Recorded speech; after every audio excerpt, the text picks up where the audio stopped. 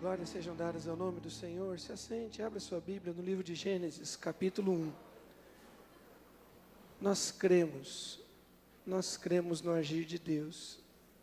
E quando todas as palavras são contrárias, nós continuaremos crendo. E quando a tempestade se levanta, a gente continua crendo. E quando a chuva cessa, a gente continua crendo. E quando todas as coisas se manifestam de maneira que se opõem, nós continuaremos crendo, porque Deus age de maneira sublime, suprema, soberana, e nada pode impedir o agir de Deus.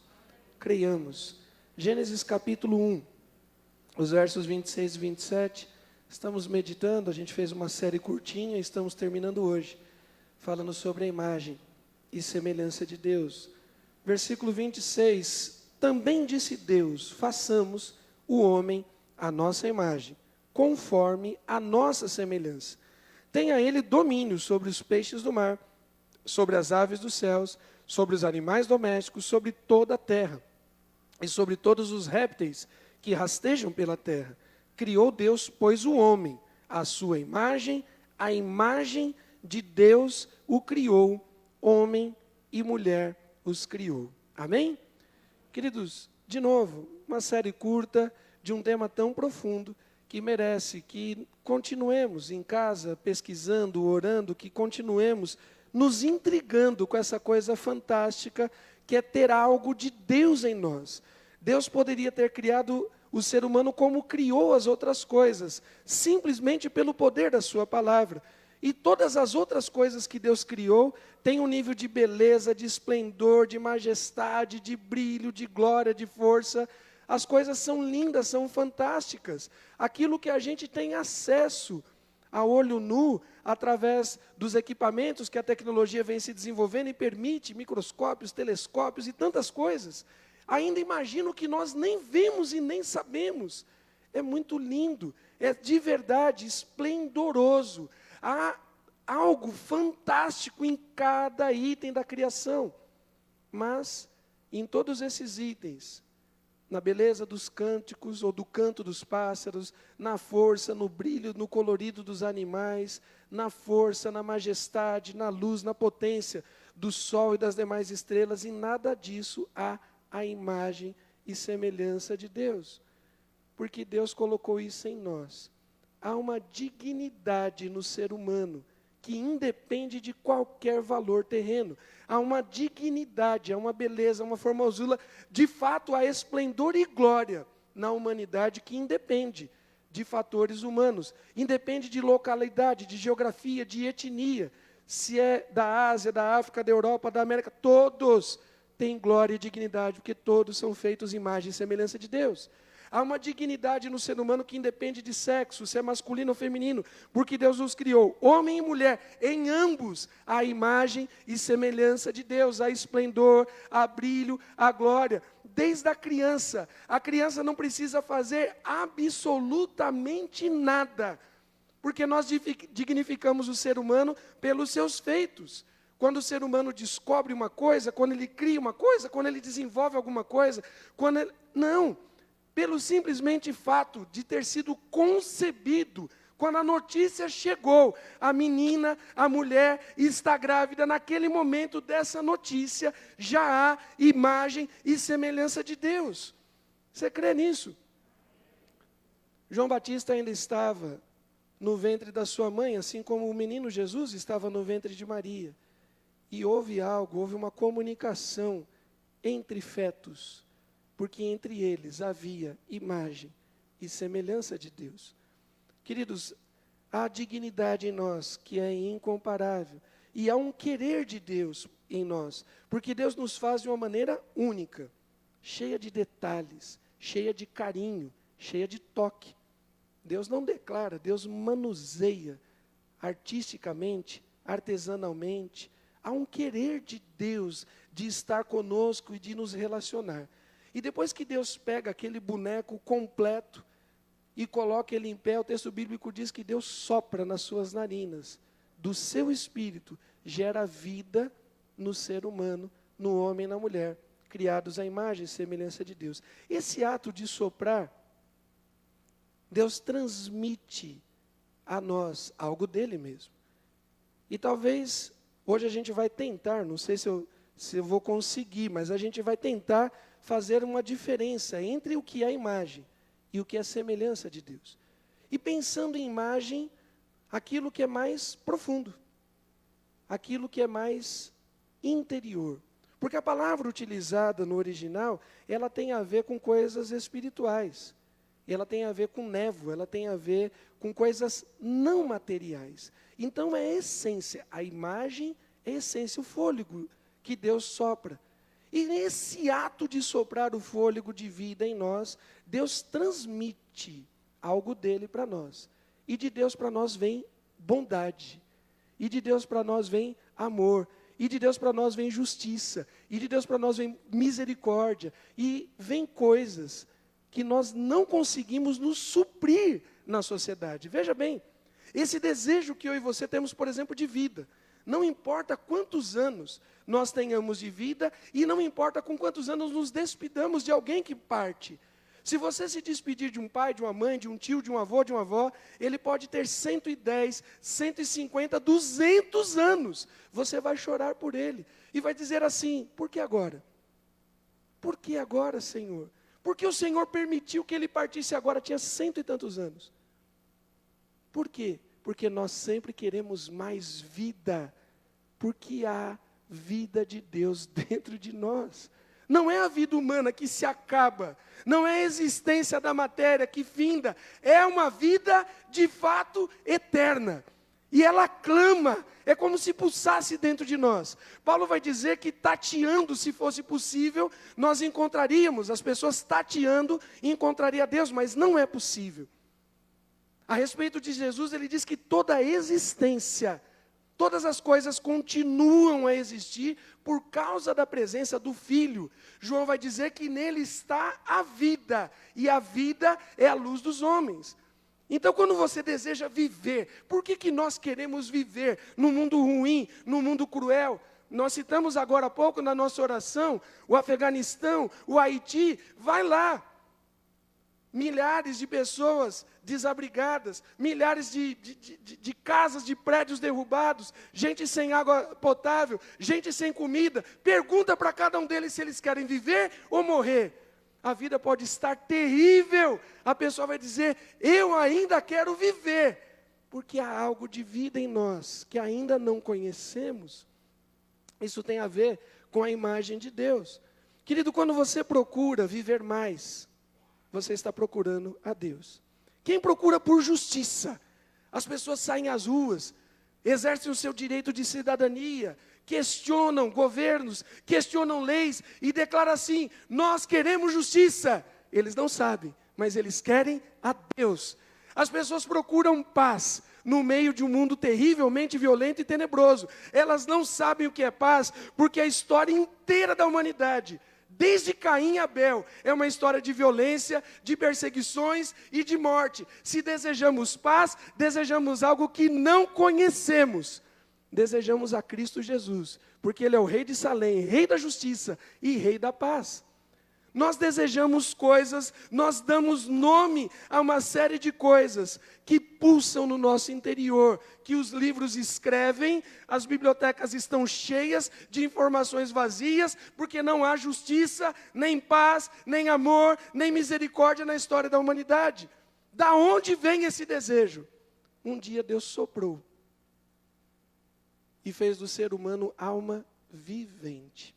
Para mim, isto é a imagem de Deus, que nos dignifica, que nos dá magnitude, esplendor, que manifesta a glória dele em nós.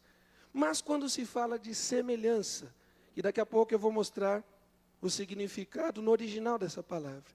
A palavra semelhança já é algo diferente. A palavra semelhança diz alguma coisa de forma, conforme, como, tal, qual, padrão. Tem caracterização de coisas externas. A imagem é interna, mas a semelhança é externa. Nós vimos na primeira mensagem dessa série que, equivocadamente, os povos pagãos e também os povos do tempo presente procuraram, na fisionomia humana, encontrar a imagem de Deus e fizeram loucuras trágicas, terríveis, em nome de Deus. E aí tem os brancos perseguindo os negros, tem os homens perseguindo as mulheres, tem os ricos perseguindo os fracos, tem o povo do continente A achando que é melhor do que o continente B, porque achava que estava na cor da pele, num formato específico, mas não é isso que o texto sugere. Há algo da imagem de Deus que está no nosso interior, que precisa se transformar num como, num padrão, num estilo. Quando nós estudamos, querida, a natureza, a ciência mesmo, para quem gosta de estudar, a natureza é cheia de padrões. A matemática, a biologia, a astronomia, cheia de padrões. E as ciências conseguem explicar as regras, o funcionamento, mas não conseguem explicar os porquês, pelo menos não os porquês existenciais daquela lei. Mas a natureza é cheia de padrões, e as pessoas não têm dificuldade de aceitar. Por exemplo, o nosso planeta, ele tem 2 tipos de movimento, né? A tal da transladação e a rotação. E esse movimento, ele é repetitivo. Para aqueles que creem em milhares, milhões ou bilhões de anos da existência do planeta, ele sempre teve esse movimento. Ele gira em torno de si mesmo, do seu eixo, e ele gira em torno do Sol. Isso é um padrão. Aqueles que estudam, inclusive, conseguem incluir uma forma desse padrão. Sempre acontece desse jeito, milhares, milhões ou bilhões de anos. A forma do oxigênio que nós respiramos pode estar mais ou menos poluído, mas o gás em si, o oxigênio, é a mesma fórmula. Não teve alterações, milhares, milhões ou bilhões de anos. Nós temos a lei da gravidade. Não importa onde nós estejamos, o peso que nós tenhamos, se está adequado ou não aos padrões estéticos da sociedade, se você tirar o pé do chão, você cai. E se você colocar objetos de pesos diferentes, por causa da massa corpórea do nosso planeta, se não tiver nenhuma aerodinâmica, alguma coisa de gramas e outra coisa de toneladas, caem exatamente igual, porque existe uma lei que define isso. E a gente aceita, a gente estuda, a gente faz 4 anos de faculdade, faz pós-graduação, para entender as leis, mas a gente não quer aceitar um padrão de Deus. E Deus também tem padrões. Deus também tem padrões. A velocidade da luz é a mesma, a velocidade do som é a mesma, as correntes marítimas são as mesmas, o nosso sistema respiratório, o nosso sistema reprodutor, o nosso sistema sexual, eles são os mesmos. Mas a gente quer questionar o padrão de Deus, a gente quer alterar. Querido, a imagem de Deus, ela é intrínseca porque Deus colocou, atribuiu ela em nós. Só que o padrão de Deus, a semelhança, é opcional. Eu vou repetir. A imagem de Deus, que foi absurdamente agredida, abafada, manchada pelo pecado, ela continua em nós. Mas a semelhança de Deus, há bastante tempo, nós perdemos ela em vida comum. E se a gente tem o desejo de resgatar plenamente a imagem e trazer à tona, mais uma vez, a semelhança, nós precisamos alterar o nosso padrão de vida. E nós precisamos nos assemelhar, semelhança, assemelhar a Cristo Jesus, o Senhor, que é a imagem exata e a semelhança perfeita do Deus Criador. Nós precisamos, querido, entender que Deus estabelece padrões de vida humana, de vida conjugal, de vida relacional, de vida social. Deus estabelece padrões, e Ele estabelece por 2 grandes coisas. E você pode, de novo, escolher, isso é uma escolha sua. A imagem de Deus, bem destruída pelo pecado, vai continuar na tua vida. E você vai continuar existindo por toda a eternidade. Eu vou repetir, a imagem de Deus, mesmo manchada pelo pecado, aquele fôlego que Deus soprou, e eu soprei no microfone, agora ninguém pode usar isso aqui, hein? Tem que desinfectar todo ele. A imagem de Deus que Deus soprou na sua vida, ela tornou você um ser parecido com Deus.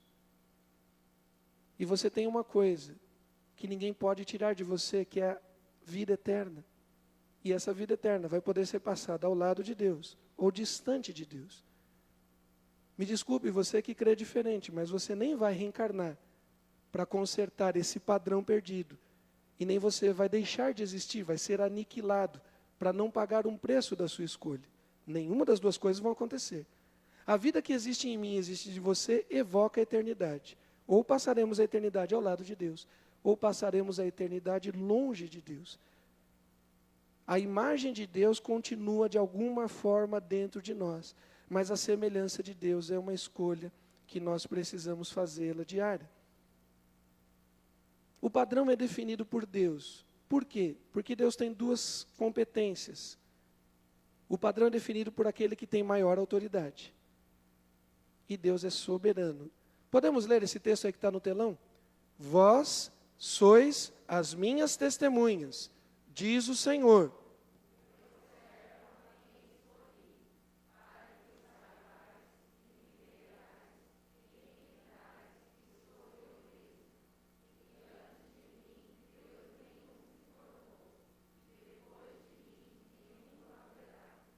Antes de mim, nenhum Deus se formou.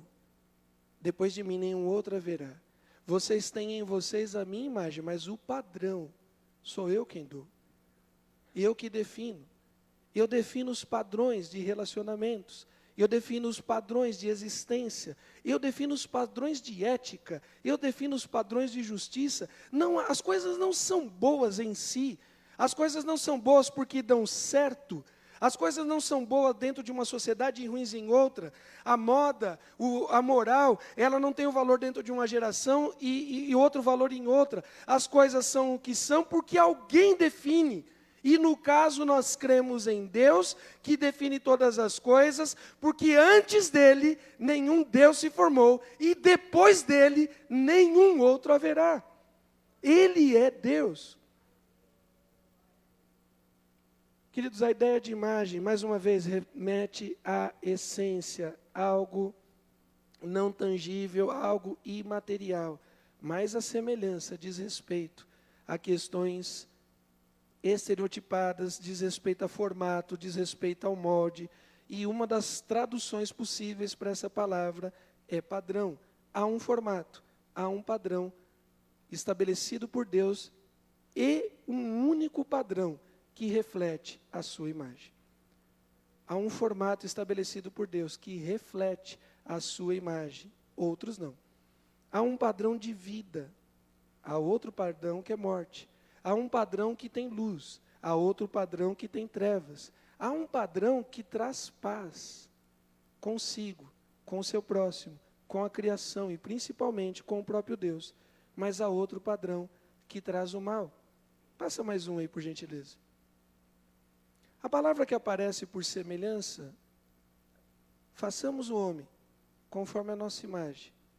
A nossa imagem, conforme a nossa semelhança, é essa palavra, que eu não tenho ideia de qual seja a pronúncia correta dela, mas alguma coisa parecida aí com demute.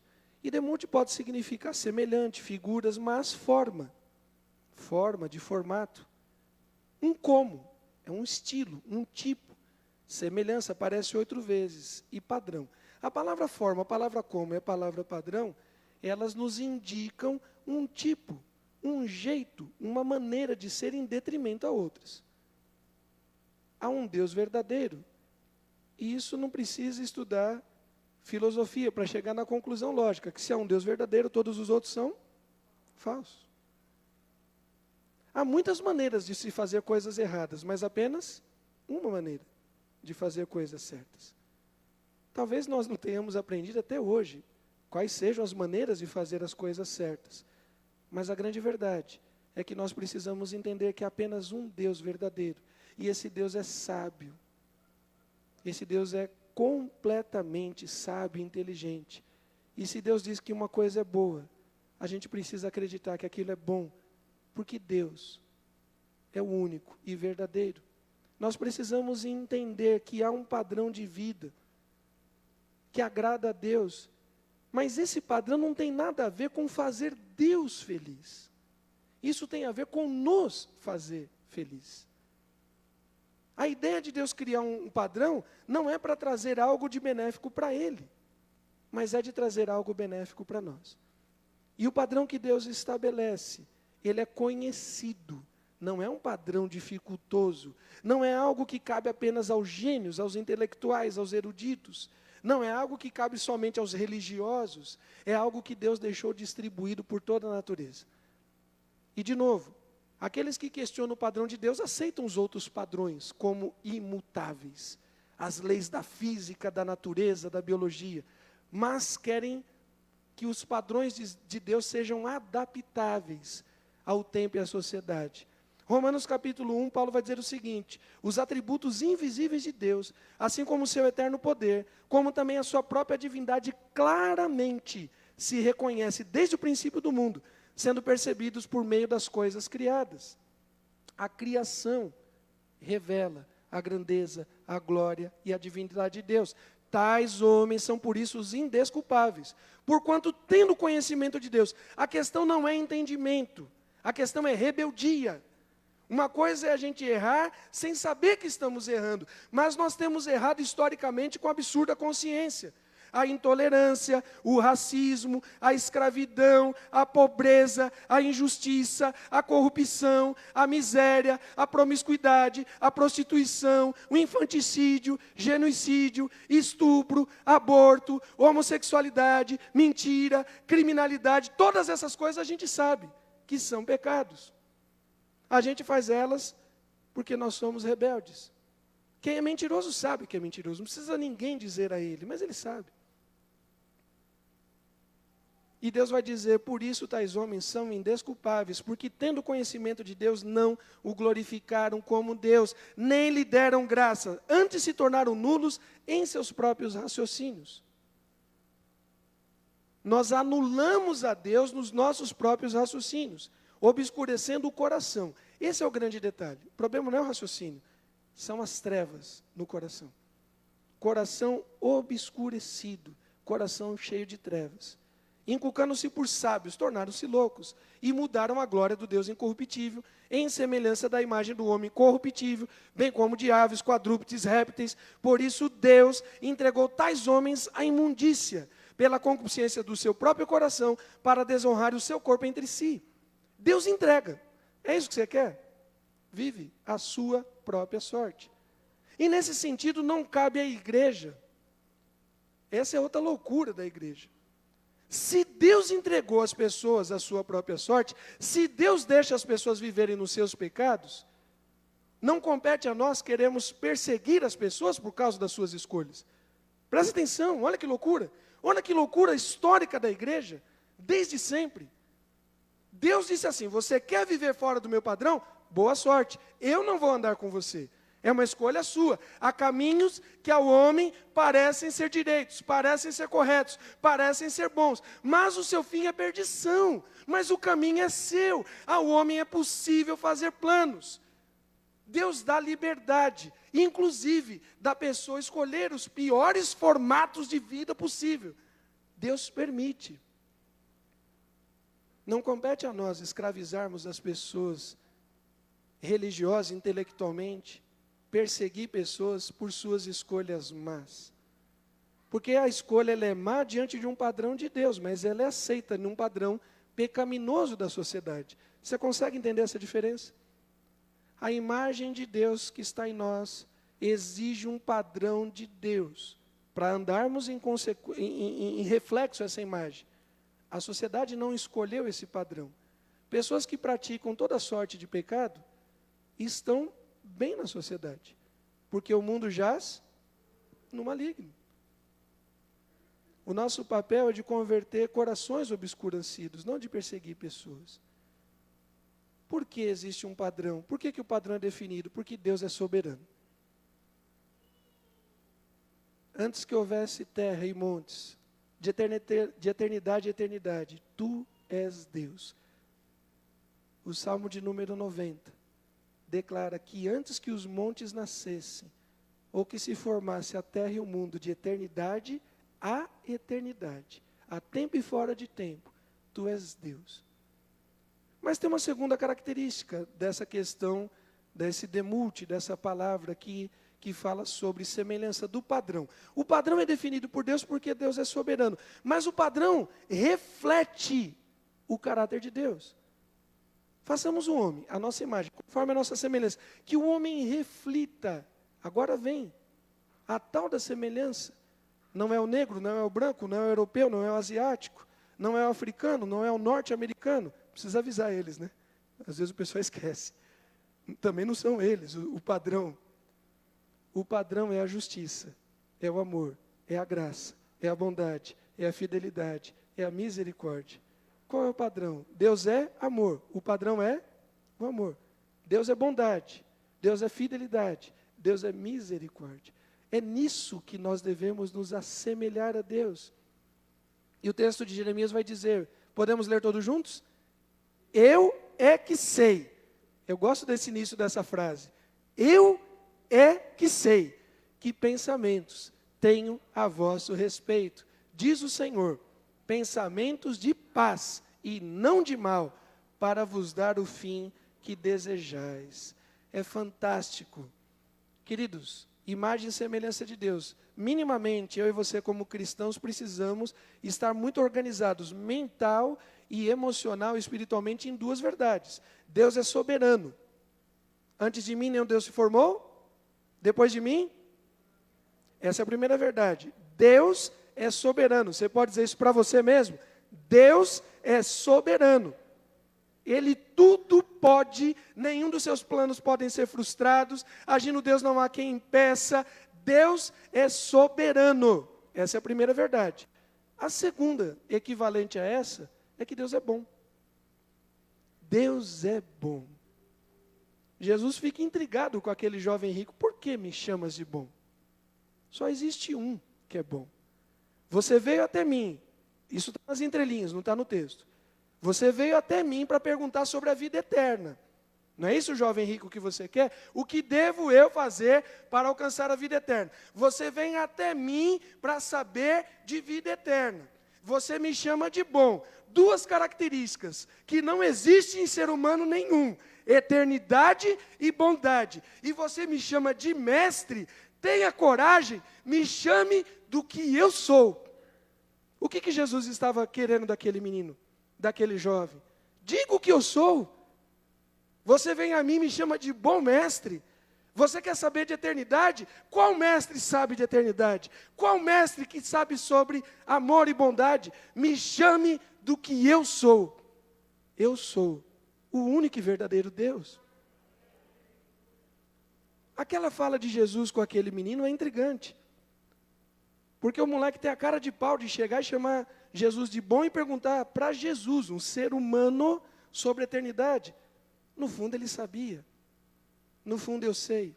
No fundo você sabe. E a sociedade também sabe que Deus é soberano e que Deus é bom. Querido, quem diz que as coisas são boas é Deus. Quem diz que o casamento heterossexual é bom é Deus, não sou eu. Não é a sociedade, não é a biologia, não é, apesar que a biologia também confirma isso, mas não é dela que nós estamos preocupados. Quem diz que as coisas são boas são Deus. Deus define o padrão. Façamos o homem à nossa imagem, conforme a nossa semelhança. Vamos dar um padrão de excelência, de magnitude, de beleza, de glória, de esplendor, de vida, de luz. Vamos fazer da vida deles algo parecido com a nossa. Vamos dar um padrão. Quem define o padrão é Deus. Viu Deus tudo quanto tinha feito, e eis que tudo, antes do pecado, não tinha dor, não tinha morte, não tinha luto, não tinha Caim assassinando Abel, não tinha Abraão mentindo, no caso de Sara sendo sua mulher, não tinha Isaac e Rebeca tendo preferência de filhos, não tinha povos escravizando os outros, não tinha maridos agredindo mulheres, não tinham pais abandonando filhos, não tinha uma série de situações. Deus olha para aquilo e Deus define um padrão. Esse padrão é muito bom. Nós precisamos, queridos, crer que o muito bom de Deus diz respeito à sua essência em nós. As coisas não são boas porque dão certo. As coisas não são boas porque evoluem em si. As coisas são boas porque Deus diz que são boas. E vamos ser bem sinceros. Não importa o quanto de história você goste ou conheça. Você sabe minimamente que a história da humanidade é uma história de mentiras, de corrupção, de violência, de promiscuidade de conchavos. Ah, pastor, mas as pessoas que vivem nessas práticas de pecados, elas são felizes, dentro de outro padrão. Dentro de outro padrão. Não duvido que elas sejam felizes, dentro de outro padrão. Mas a imagem e semelhança de Deus, o padrão que Deus define para o nosso corpo, para as relações sociais, para as relações humanas, o padrão é outro. Queridos, a questão toda é a gente entender a essência. A gente aceitar a essência. Deus é bom. E o que Deus manda para nós tem a ver com a sua bondade. Deixa eu te falar uma coisa. Isso não tem a ver com entendimento, isso é revelação. Mas também é entendível, porque tem lógica por trás da coisa. Deixa eu te explicar uma situação. Deus é imutável. Você crê nisso, sim ou não? Bom, se nós cremos que Deus é imutável, obedecer a Deus deixa Deus maior ou menor? Não. Obedecer a Deus deixa Deus mais alegre ou mais triste? Também não. Deus não muda. Deus não tem troca de humor. Deus não fica chateadinho, magoadinho. Ah, o pastor falou aquilo no culto, fiquei chateado. Deus não tem essas coisas. Deus é Deus. Eu obedecendo ou não, Deus vai continuar sendo Deus. Agora, se os planos dele são de paz e não de mal, quando eu aceito o padrão de Deus, quem é que se dá bem nessa história? Sou eu, querido. Quem se dá bem sou eu. Você foi abençoado aqui no momento do louvor e da adoração? Você sentiu a presença de Deus no meio dos cânticos? Mas deixa eu te avisar, você canta mal pra caramba. Porque o teu canto carrega a tua essência humana, de injustiça, de pecado, de mentira, de promiscuidade, de fofoca, de julgamento. Sai tudo nas notas, a gente cantando, vai saindo tudo. E o texto bíblico diz que Deus habita no meio dos louvores. Na visão de Isaías capítulo 6, ele diz que os anjos estavam cantando. Santo, santo, santo é o Senhor dos exércitos, toda a terra está cheia da sua glória. As bases do lugar estremeceram, o céu fumaça encheu toda a casa. João também tem uma visão e vê seres espirituais louvando a Deus e o Cordeiro assentado no trono e etc e tal. Parece que Deus não precisa da minha adoração. Parece que Deus não precisa da tua adoração. A adoração de anjo é melhor que a nossa. Os caras não ficam desempregados. O time dos caras não é eliminado na semana por 3-0. Tem todas essas coisas. Que muda o humor. Não tem, Chico, esses negócios? Muda o humor do adorador. Fica, não fica? Tem essas coisas. Alternância de humor no louvor da adoração. Casalzinho que chega aqui brigado, namorado. Vem para a igreja bicudo. Aí quer louvar a Deus. Casal casado. Marido grosso, mulher isso, aquilo. E vem tudo para o louvor. E você acha que Deus está se agradando de tudo isso. Mas fez bem aquele momento. Apesar de mim, do meu pecado, da minha fraqueza, da minha incredulidade, de toda a minha maldade, não fez bem. Adorar a Deus faz mais, é melhor, faz bem para nós, mais do que para Ele.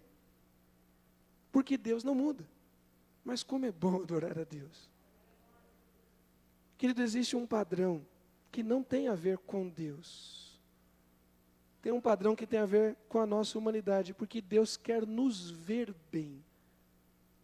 Deus quer nos ver alegre. O homem Jesus, o Deus encarnado, aquele que tomou forma, aquele que se assemelhou, aquele que assumiu uma figura humana, chorou diante da morte de Lázaro. Esse é também um dos textos muito importantes da Bíblia para a gente entender o que eu estou falando. Essência e forma. Por que que Jesus chora pela morte de Lázaro? Se ele tinha dito 4 dias antes que estava alegre porque Lázaro morreu. Tem um contrassenso. Estou alegre que Lázaro ficou doente lá e eu não estou lá. E ninguém entendeu nada. Estou alegre porque o que vai acontecer lá vai mudar a história de vocês. Jesus sabia que Lázaro tinha morrido. Tomé fica meio duvidoso. Senhor, mas a gente estava sofrendo perseguição, a gente teve que correr de lá. Se a gente voltar para lá, a gente vai ser perseguido. Se Lázaro está dormindo, tadinho, deixa Lázaro dormindo. Aí Jesus falou, oh, meu Deus do céu. Tomé, ele não está dormindo, ele morreu. Ah, E eu estou feliz, Tomé. Aí Tomé não entendeu mais nada. Eu vou lá, Tomé, para ressuscitá-lo. Capítulo 11 e 12 de João. Se Jesus está indo lá para ressuscitá-lo, por que Jesus chora? Jesus talvez não tenha chorado a morte de Lázaro, querido. Eu tenho isso muito forte na minha cabeça. Jesus não chorou a morte de Lázaro. Jesus chorou a condição de morte humana. Jesus olhou, todos ali estavam passíveis de morrer, todos aqui estão passíveis de morrer. E Jesus olhou, não era para ser assim, não era para ter dor, não era para ter morte, não era para ter doença, não era para ter intriga, não era para ter guerra, não era para ter distância entre a humanidade e o Deus Criador. Jesus chora a nossa condição, porque aquele formato não era o formato, não era a semelhança do que Deus desejava. Queridos, Deus é bom, e o que Deus deseja para nós é o melhor dele para as nossas vidas. A imagem de Deus manchada pelo pecado, abafada pelo pecado, arranhada pelo pecado, continua em nós porque nós temos o fôlego de vida. Mas a semelhança de Deus é um padrão que precisa ser resgatado. Um padrão que diz respeito à vida, trabalho, a consumo, a cuidado com o corpo, a cuidado com a mente, a vida social, a vida conjugal, a vida sexual. Tudo isso tem um formato que Deus sugere para que nós reflitamos a sua imagem. Para terminar, esse padrão, ele só pode ser restabelecido, ele só pode ser resgatado, ele só pode ser recuperado através do sangue do Cordeiro.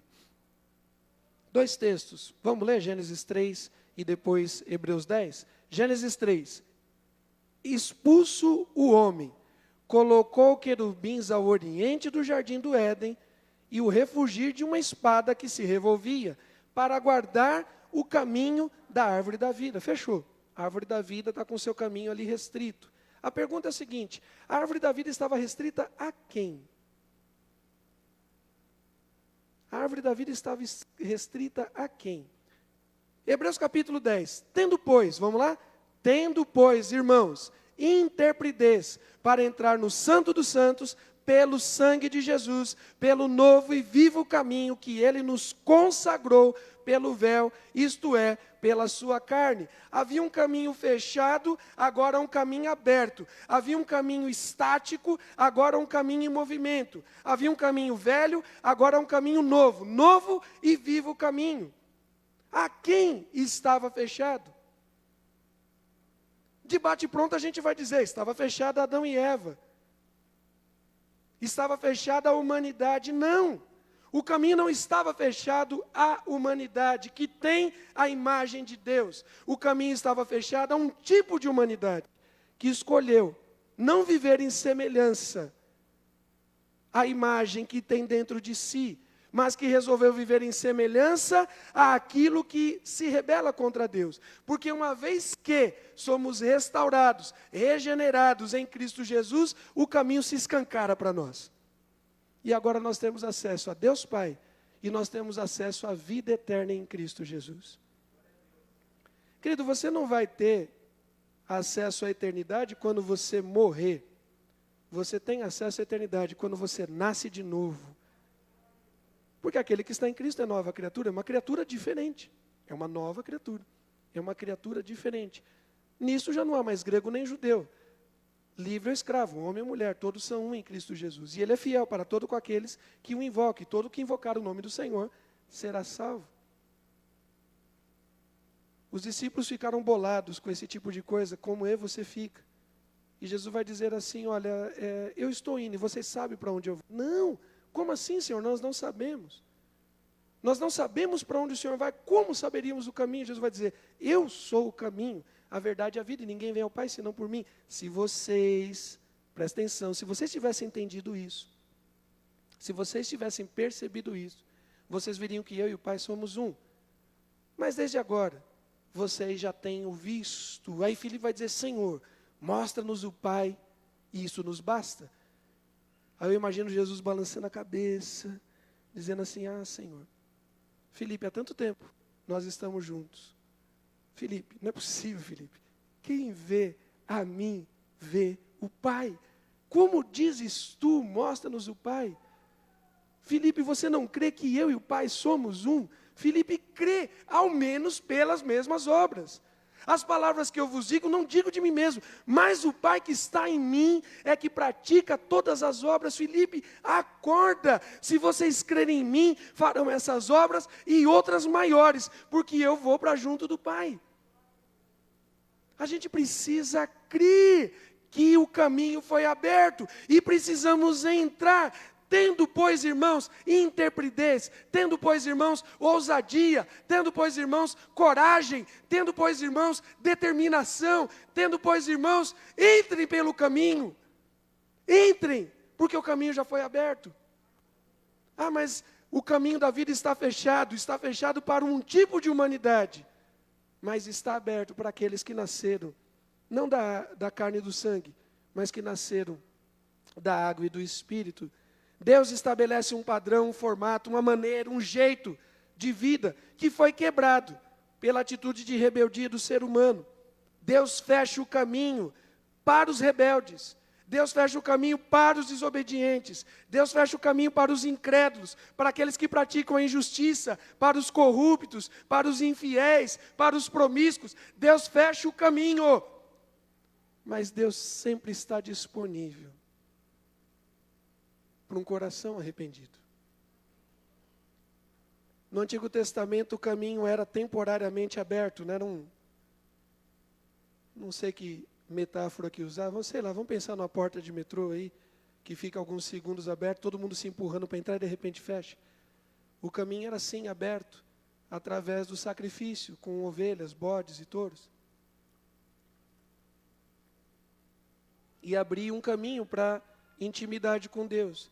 Aí Davi cometeu uma sorte de pecados terríveis. Davi cobiçou. Davi mentiu. O ato de cobiçar, ele já quebrou um mandamento. O ato de mentir, de dar falso testemunho, ele quebrou outro mandamento. Davi adulterou, ele quebrou um outro mandamento. Davi matou através de mão de terceiros, ele quebrou um outro mandamento. Só dos mandamentos principais, aqui rapidamente, de cabeça, a gente lembra que de Davi quebrou 4. A lei dizia que Davi deveria morrer por cada um daqueles pecados. Só que Davi, por ser rei,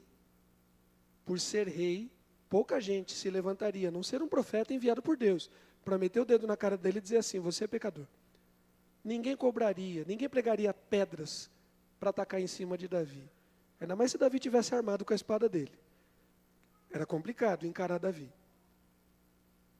E Davi poderia prestar sacrifícios, ovelhas, bois e bodes. Só que Davi tem um negócio que falta em mim e você. Davi tinha um negócio chamado vergonha na cara. E Davi vai dizer assim, não, eu não posso oferecer bois e sacrifícios pelo que eu fiz. Os bois e sacrifícios vão resolver o problema exterior. As pessoas vão ficar satisfeitas. A tal da prática religiosa, o que a gente chama de religiosidade. Eu tenho um problema maior, eu preciso resolver o meu problema de caráter com Deus, o meu coração, a minha consciência, a imagem de Deus na minha vida. E no Salmo 51, Davi vai dizer, eu poderia dar todos os holocaustos. O Senhor não se agrada. O Senhor se agrada de um coração arrependido, um coração contrito, o Senhor não despreza. Queridos, há um padrão. A imagem foi soprada por Deus. A justiça, a bondade, a fraternidade, essas coisas estão dentro de nós, porque vieram da parte de Deus. Mas essa imagem foi absurdamente manchada, contaminada pelo pecado. A imagem está lá, não foi retirada. O pecado não tem esse poder de retirar a imagem de Deus. Mas essa imagem foi muito contaminada. A gente está numa fase pandêmica, eu até procurei uma outra ilustração, mas eu vou usar essa mesmo. A gente precisava de um agente curador. A gente precisava de uma vacina. A gente precisava de um sangue puro. As vacinas, elas têm algo mais ou menos disso que a gente vê. Os nossos glóbulos vermelhos, e quem estuda essa área médica, a área da biomedicina e biologia sabe muito bem disso. Os glóbulos vermelhos, eles têm duas grandes funções no nosso organismo. Eles levam oxigênio e eles fazem a limpeza de todos os resíduos, dióxido de carbono, ureia, ácido úrico, todas as coisas ruins que estão no nosso corpo. O sangue vai circulando, vai levando vida e vai tirando morte. Vai levando saúde e vai tirando doença. De todas as coisas, não é estranho Deus utilizar a imagem e a semelhança em coisas humanas. Nós somos criados parecido com Ele, não é estranho. Falar da igreja como corpo de Cristo, não é estranho. Tem a ver com a forma didática de Deus. E a escolha do sangue, como sendo o agente que paga os pecados, não é à toa. Tem muito a ver com essa relação de imagem e semelhança, porque o sangue é aquele que dá vida. Pouca gente, quando pensa em sangue, pensa em morte. Principalmente os profissionais que lidam com a vida e a morte. O sangue, se pensa na transfusão. Uma pessoa pálida chegou ali, foi socorrido pelo SAMU, a pulsação quase sem sentido no toque, precisou aferir com algum tipo de aparelho. A pessoa sofreu um corte, tomou um tiro, uma facada. Para muita gente está quase morta, mas uma pessoa quase morta ainda está viva. Uma pessoa quase viva já morreu. Mas uma pessoa quase morta ainda está viva. E quando ela chega ali no SAMU, ainda dentro do carro, a primeira coisa que se fazem é colocar sangue nela. E no momento que o sangue bate nas suas veias e começa a circular, até a cor da pele muda. Porque o sangue restaura. O sangue cura. O sangue gera vida. Não é à toa que Deus utiliza essa ferramenta humana para falar com efeito quase todas as coisas, segundo a lei, se purificam com sangue. E sem derramamento de sangue não há remissão de pecados. Queridos, há um sangue puro que precisa circular no nosso corpo espiritual para curar plenamente a imagem de Deus nas nossas vidas. A imagem de Deus foi contaminada.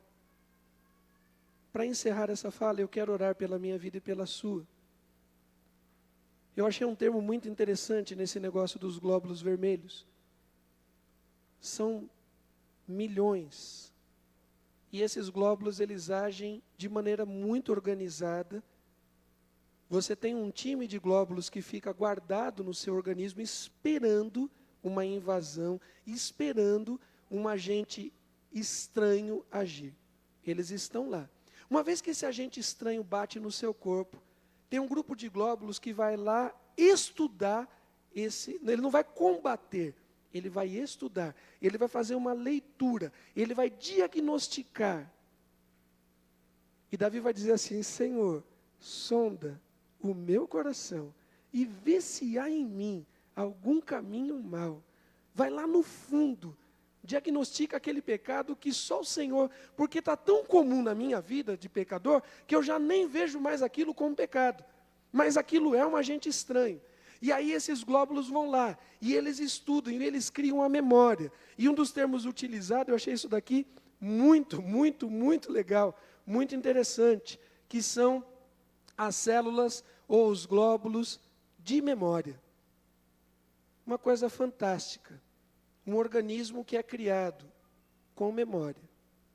E quando você tem um organismo que tem a memória da cura, no caso aqui nosso da Covid, por isso que a gente recebe a vacina, e ele vai reescrever, uma vez que, presta muita atenção nisso, que foi um negócio que mexeu muito comigo, uma vez que o sangue da memória atinge aquele organismo, aquele órgão que estava com aquela doença, é um sangue novo. No teu organismo não tinha cura, mas uma vez que entra o sangue novo, que entra a vacina, que entra o remédio, que entra o agente novo e dá contra aquele agente nocivo, Ele reescreve a memória de todo o nosso sistema de defesa. E não importa a idade que você tenha. E não importa se você recebe ou não na vida de novo aquele vírus. Se lá na frente ele aparecer, já existe memória de cura dentro de você. Como fez sentido esse negócio para mim?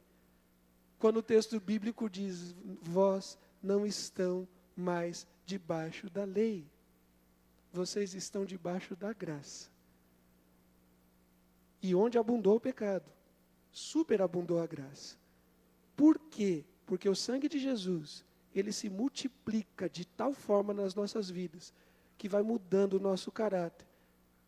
De bênção em bênção, de vitória em vitória, de glória em glória, até atingirmos a estatura perfeita de Cristo Jesus. Querido, há uma memória de Deus em nós, que precisa ser resgatada pelo sangue de Jesus. Eu falei que essa é uma mensagem difícil de tentar entender, porque eu estou com a cabeça bolada até agora nesse negócio.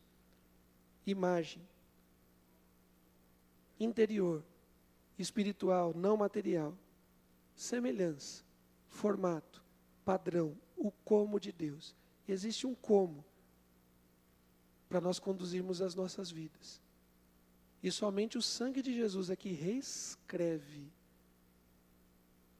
o nosso sistema imunológico para que a gente possa resistir a todas as influências pecaminosas da sociedade. Baixe sua cabeça um instante. Vamos orar. Imagem de Deus está em cada um de nós. Manchada. Severamente manchada pelo pecado. Agredida. Terrivelmente agredida pelo pecado. Sufocada. Terrivelmente sufocada pelos padrões pecaminosos de um mundo que jaz no maligno. Mas se o sangue do Cordeiro, a menor quantidade que for injetado em nós, esse sangue que carrega uma memória de justiça, porque Ele é justo, carrega uma memória de bondade, porque Deus é bom, carrega uma memória de misericórdia, de fidelidade, carrega um DNA espiritual que nos coloca de novo em contato irrestrito com Deus Pai. Texto de Hebreus, avancemos com intrepidez, com coragem, pelo novo e vivo caminho.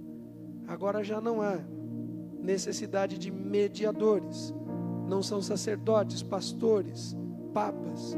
Agora não há necessidade de um dia santo, não é a sexta, nem o sábado, nem o domingo. Não há necessidade de um local santo, não é a igreja, nem Aparecida, nem Meca, nem Medina, nem Jerusalém. Agora é você, reconectado, imagem e semelhança de Deus, em Cristo Jesus. Porque Cristo Jesus não faz apenas as coisas externas novas, mas Ele restaura o nosso sistema imunológico e nos dá santificação.